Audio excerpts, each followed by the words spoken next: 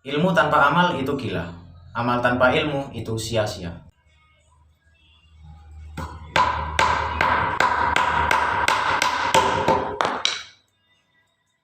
Seperti itulah kalimat tentang ilmu dan amal yang sering aku dengar atau aku lihat. Mungkin dulur juga merasa demikian. Kalimat ini berasal dari suatu kitab berbahasa Arab bernama Ayyuhal Walad, karangan Abu Hamid bin Muhammad Al-Ghazali atau Imam Ghazali. Menurutku ini masih relevan sih di kehidupan sekarang. Kita tahu bahwa banyak sekali orang-orang yang sebenarnya mereka punya ilmu, tapi mereka bisa stres gitu. Gak tahu sih penyebab pastinya apa. Tapi menurutku akar penyebabnya ya karena ilmunya tidak diamalkan dengan baik. Jadi terkesan stres, tidak masuk akal gitu, atau gila. Begitu juga dengan amal tanpa ilmu. Sekarang banyak nggak sih orang yang asal-asalan gitu dalam melakukan sesuatu. Padahal sebenarnya ya semua itu ada ilmunya. Jadinya kan ya sia-sia gitu kalau nggak dipakai otaknya. Nah, sekarang kita cek diri kita ini. Apa kita ini orang gila atau kita ini nggak berguna? Kita termasuk dua-duanya. Kalau nggak, subscribe. Tapi kemungkinan besarnya sih kita pernah gila dan kita pernah nggak berguna. Bahkan mungkin sampai sekarang kita ini gila atau nggak berguna. Kok bisa? Akan kita bahas di bab berikut.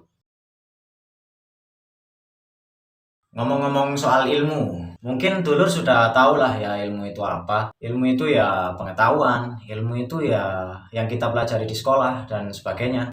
Gitu aja sih definisi dari ilmu itu. Oke, selanjutnya aku ada 4 pertanyaan nih berkaitan dengan ilmu. Pertanyaan pertama, dari mana sih asalnya ilmu itu?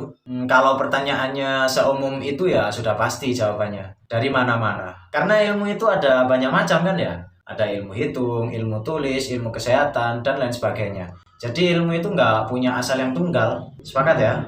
Selanjutnya ke pertanyaan yang kedua. Ilmu itu ditemukan atau diciptakan? Untuk pertanyaan ini silakan dulur jawab sendiri. Karena sepertinya jawabannya beda-beda. Tapi kalau menurutku sih ilmu itu ditemukan. Alasannya simpel. Karena aku tahu kalau 1 ditambah 1 sama dengan 2 itu ya diajari di sekolah. Sehingga dari sekolah itu aku menemukan ilmu bahwa 2 dikurangi 1 sama dengan 1. Bukan menciptakan 2 dikurangi 1 sama dengan 1. Masih bisa diperdebatkan sih. Tapi yang terpenting ada di pertanyaan yang ketiga. Kalau ilmu itu ditemukan, kok bisa ilmu itu sampai sebanyak ini? Jawaban singkatnya ya karena dijaga dan dikembangkan. Dijaganya dengan cara dicatat atau diajarkan mungkin. Dikembangkannya dengan cara mencari atau menemukan ilmu yang lain. Sehingga jadinya ya seperti sekarang ini. Ada ilmu hitung, ilmu baca tulis, ilmu musik, ilmu masak, kesehatan, dan masih banyak sekali ilmu yang lain. Akhirnya muncul lagi nih pertanyaan baru. Bagaimana cara mengembangbiakkan ilmu? Apa hanya dengan cara mengimplementasikan dari penjumlahan menjadi pengurangan seperti tadi? Mungkin ya, tapi basi nggak sih? Banyak dari kita yang udah tahu tentang itu. Meskipun terkadang kita cukup bangga sih karena pengetahuan itu. Mungkin aku bakal bawain catatan sejarah aja.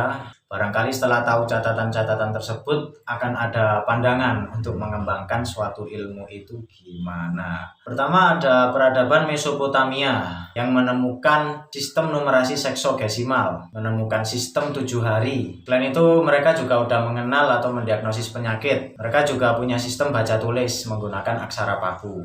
Yang kedua Mesir kuno yang menemukan alat pertanian, teknik sipil, alat bedah, rias wajah, alat tulis dari papirus, kalender surya, dan piramida. Yang ketiga India kuno yang menemukan sistem meteorologi, metalurgi, sistem sanitasi. Yang keempat Cina kuno yang menemukan obat herbal, akupunktur, feng shui, kertas, keramik, porselen. Yang kelima Yunani kuno yang menemukan filsafat, matematika, demokrasi, alfabet. Yang keenam Romawi kuno yang menemukan koloseum, panteon, beton, busur, akuaduk, jalan raya, sanitasi, teknik militer. Ya, jadi dari penemuan-penemuan di 6 peradaban yang telah disebutkan tadi bisa disimpulkan bahwa cara untuk mengembangbiakkan ilmu itu ya dengan coba-coba. Atau bahasa lainnya, dari ilmu yang sudah dimiliki, kita bisa memunculkan ilmu yang baru dengan cara mengamalkannya. Sekarang masuk ke bab baru nih. Mungkin dulur juga sudah tahu kalau amal itu ada yang baik dan ada yang buruk. Tapi apa dulur tahu pasti amal yang baik itu gimana, amal yang buruk itu gimana? Apa amal yang baik itu sholat, sedekah, saling menolong, dan yang sejenisnya itulah. Terus apa amal yang buruk itu seperti sombong, pelit, marah? Menurutku belum tentu.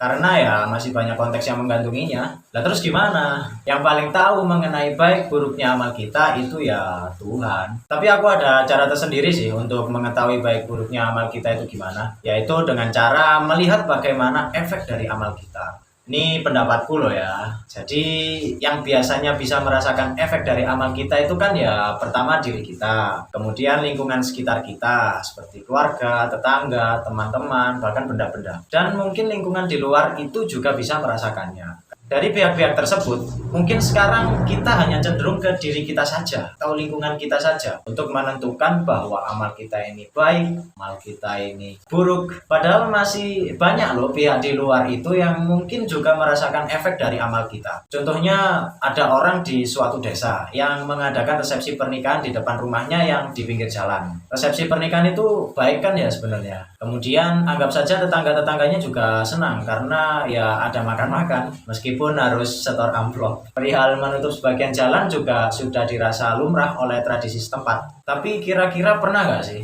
orang itu mikir kalau ada kemungkinan kendaraan yang lewat itu terganggu? Apalagi kalau ada ambulan yang buru-buru ke rumah sakit karena membawa orang kritis, kan pasti mengganggu dong. Ya mungkin masih banyak lagi sih contoh yang lain yang dirasa lumrah untuk terus kita lakukan. Menurutku amal seperti ini masih salah dulur. Atau mungkin masih ada yang lebih baik gitu loh. Tapi yang dipertanyakan gini, terus apa bisa kita melakukan sebaik-baiknya amal? Kan pasti ada aja orang lain yang menganggap kita ini buruk. Meskipun amal yang kita lakukan ini baik banget. Jawabannya mungkin kita bisa mencapainya kok, yaitu dengan cara mencari ilmu lagi. Kemudian kita coba amalkan dengan ilmu baru itu.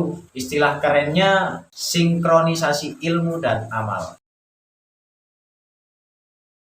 Kita bisa melakukan sebaik-baiknya amal kalau ilmu dan amal yang kita miliki sinkron, nyambung, selaras, sesuai. Maksudnya gini, ilmu kan banyak ya. Begitu juga dengan amal. Nah, dari banyaknya ilmu dan amal tersebut, kan nggak semuanya sejalan, nggak semuanya sesuai. Masa kalau kita mau renang, kita pakai ilmu lari, tenggelam dong. Masa kalau kita mau makan, kita sambil dengan mikirin tai, nggak nafsu dong. Artinya kalau dalam kasus resepsi pernikahan tadi itu ya nggak usah sampai menutup sebagian jalan gitu loh. Karena ada yang dirugikan dari situ. Jadi ya disesuaikan antara ilmu dan amal baiknya. Kalaupun kita nggak bisa mengamalkan ilmu atau nggak punya ilmu untuk beramal ya yang kita cari alternatif lainnya. Mungkin kita bisa mengajarkan ilmu kita kalau misal kita nggak mampu mengamalkannya loh ya. Kalau kita nggak punya ilmu untuk beramal baik ya tinggal belajar saja kan.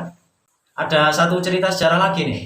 Dalam sejarah Islam, tepatnya di era Harun ar-Rasyid dan seterusnya di kerajaan Abbasiyah, didirikan semacam perpustakaan dan pusat penterjemahan yang namanya Baitul Hikmah. Baitul Hikmah ini merupakan peradaban yang menurutku sangat keren sih, karena mereka punya sistem yang bisa menghasilkan sebuah kemudahan untuk masyarakat sekitarnya. Bahkan mungkin kemudahan itu juga dirasakan oleh kita. Jadi Baitul Hikmah atau rumah kebijaksanaan ini merupakan tongkrongan orang-orang pintar dan yang pasti mereka juga bijaksana.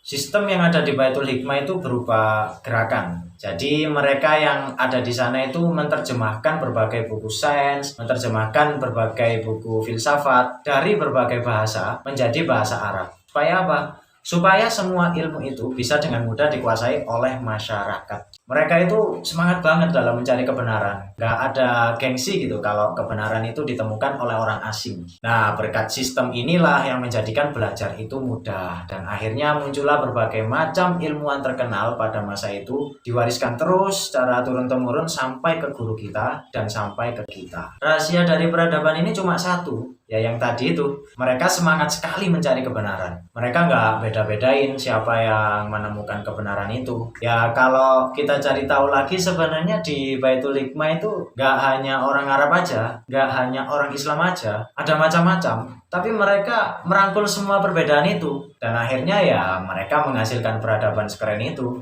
Kalau kita lihat peradaban apa yang ada di zaman sekarang ya teknologi itu atau AI. Aku pernah dengar kalau nanti bakal ada mobil terbang, HP hologram, teleportasi, wisata luar angkasa. Tapi mungkin dulur nggak percaya lah ya, karena ya ilmu yang kita miliki nggak sampai ke sana. Peradaban dunia di zaman sekarang ini kan yang pegang bukan kita. Kita cuma ngikut aja. Sampai sekarang kita masih sibuk mikirin diri kita sendiri. Gimana caranya supaya dapat nilai baik di sekolah, gimana caranya supaya bisa terlihat cantik, terlihat ganteng. Kita cuma bangga kalau kita jadi pemimpin organisasi. Kita cuma bangga kalau kelompok kita dipuji gara-gara satu pencapaian aja. Kita itu kurang peduli dengan yang di luar kita.